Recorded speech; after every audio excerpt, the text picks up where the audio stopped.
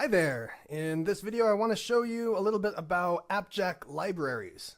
Now again, realize this is still a very early version, so we don't have a lot yet, but it is growing. To load Appjaq Libraries, you're going to come over to the Settings button. And right now we have two. We have one for interoperability with UBot and another one for material design. Just click the switch to turn those on. And that added some new categories under components and one new category under script. All right, now we're still filling out material elements as well, but let me show you what's there so far. Now, in order to use the material elements, we're going to have to start by importing the materialize library. This just makes sure that all of the proper files are loaded to make all of the elements work correctly. Now, by doing this, to give you an example of the difference that we're going to see, let's say we just have a header and a button. We'll run this, see what it looks like. This is kind of the default. All right, now if we move this import materialize library, the header looks better. This is illegible, but we're going to actually use one of the material buttons anyway. For instance, the material raised button looks pretty nice, and maybe instead of writing text here, we want to put an icon. And we have a lot of icons to work with. We'll use the battery charging full icon. All right, that's a pretty button. All right, we also have this cool thing here, and you can see when I dragged that, it added this over here. This also works really well with the icons. We'll have airline seat flat angled. Wow, that is so specific. And orientation, let's make it vertical. All right, and now with this particular style of button, we can add more elements inside it. And maybe this one should be account balance. Okay, where did that go? It's a mystery. Well, you hover over this, and there it is. And in fact, if you're paying close enough attention, you will notice that the orientation of this is not vertical. This is likely because of a bug in the system that we will fix before this video goes out probably. If I keep adding stuff here, then I can just keep adding these buttons indefinitely, and they all come out like a menu.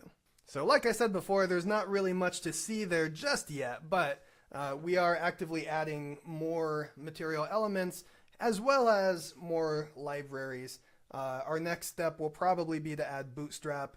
But you can see the power of this because as we add more and more of these, we can just add these really beautiful, complex elements without having to write any code. All of the code is wrapped inside these blocks. And instead of having to understand all of the weird symbols, you can just read exactly what's there and exactly what it's supposed to do.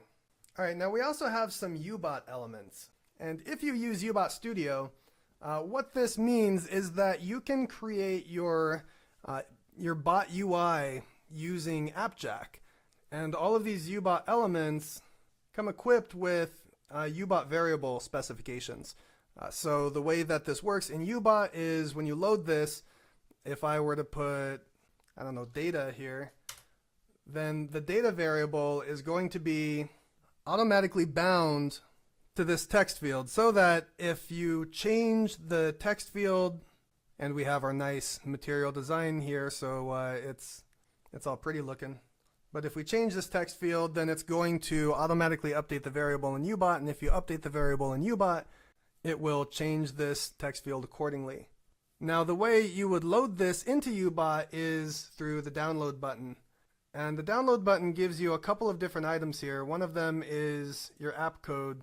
And this is just the data for reproducing this in Appjaq. So you could take this and you could upload it here and then reproduce all of this. And that's really useful if you want to share something. So you can grab that code, give it to somebody else, and they can start from the same place.